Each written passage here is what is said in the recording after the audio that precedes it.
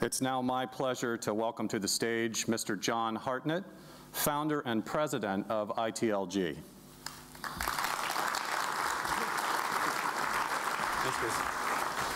Thank you, Chris. Good morning, everybody. Good morning, everybody.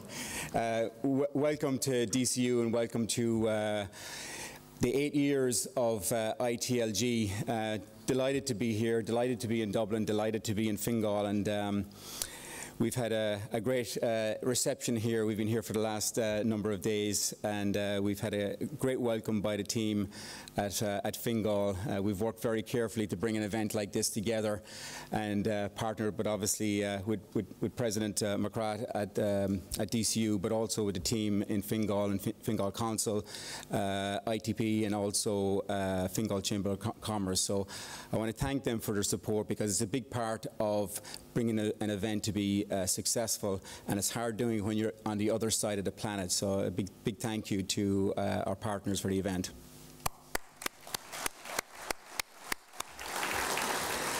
I also want to thank our delegation. You know, we title it Silicon Valley comes to Ireland. Yet, you know, a lot of us come from Silicon Valley, but you know, we're also coming from Seattle and from LA and from Boston, and also other parts of Europe, like obviously the UK, Germany, Italy, and Israel. So a lot of people spend a lot of time coming here to talk about some of the leading trends in technology, but also some of the challenges in terms of technology, and also from an investment perspective.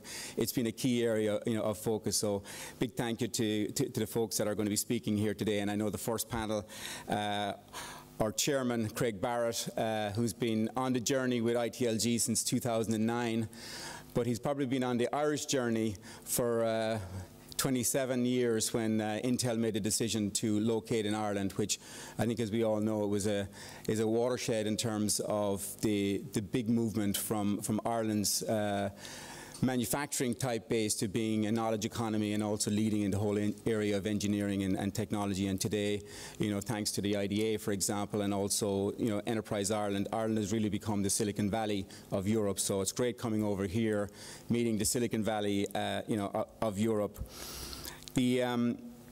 Why is Silicon Valley important, and why is this connection important? I think we've got a great relationship, as diaspora between the United States and the US. And I've personally lived in Silicon Valley for 17 years, and I noticed all these great networks, the Israeli network, the Silicon Valley network, the Indian network, and there was no network from an Irish perspective. And yet we would have had quite a number of entrepreneurs, education leaders, government leaders coming over to the US, normally on their second leg of their trip, because they're mostly going to New York and not Silicon Valley back then. So with that, we decided to set up the ITLG. The ITLG it's very simple what we've been trying to do. We're not an events company. We're not in the events business. We're a not-for-profit network. We started with 5 individuals who founded the ITLG back in 2007 at Stanford University. And since then, we've had 22 events, even though we're not in the event business. And we've done that over 12 different countries around the world. We have a very knowledgeable, and experienced, network. We've grown from 5 people to 15,000 people that are part of the ITLG network. That 15,000 people have been involved in mentoring young companies, helping invest in young companies, both personally and also as a group. We've led investment of about $25 million since we started. Some of that has been done personally by individuals, angel investors, and also as a group. I think the key part of what we've been about is really driving an investment conversation and a technology linkage to Silicon Valley.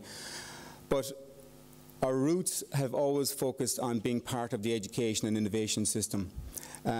When we started, we said we will only have our events linked to universities.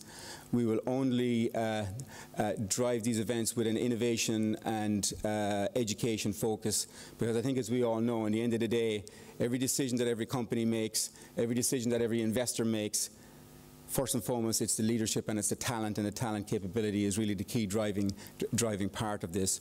So since we've started, we've held many events in Stanford University. Our next event next year will be at Stanford again on March 15th, so we'll be right ahead of St. Paddy's Day over there.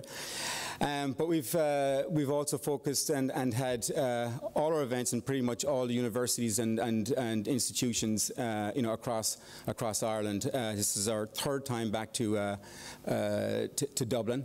Our very first event was at Trinity. We then went to Limerick. Obviously, I'm totally biased, so I had some influence on that.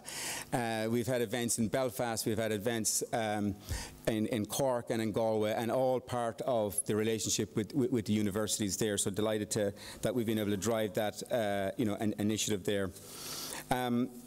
You can't make these events happen unless you actually have support from sponsors.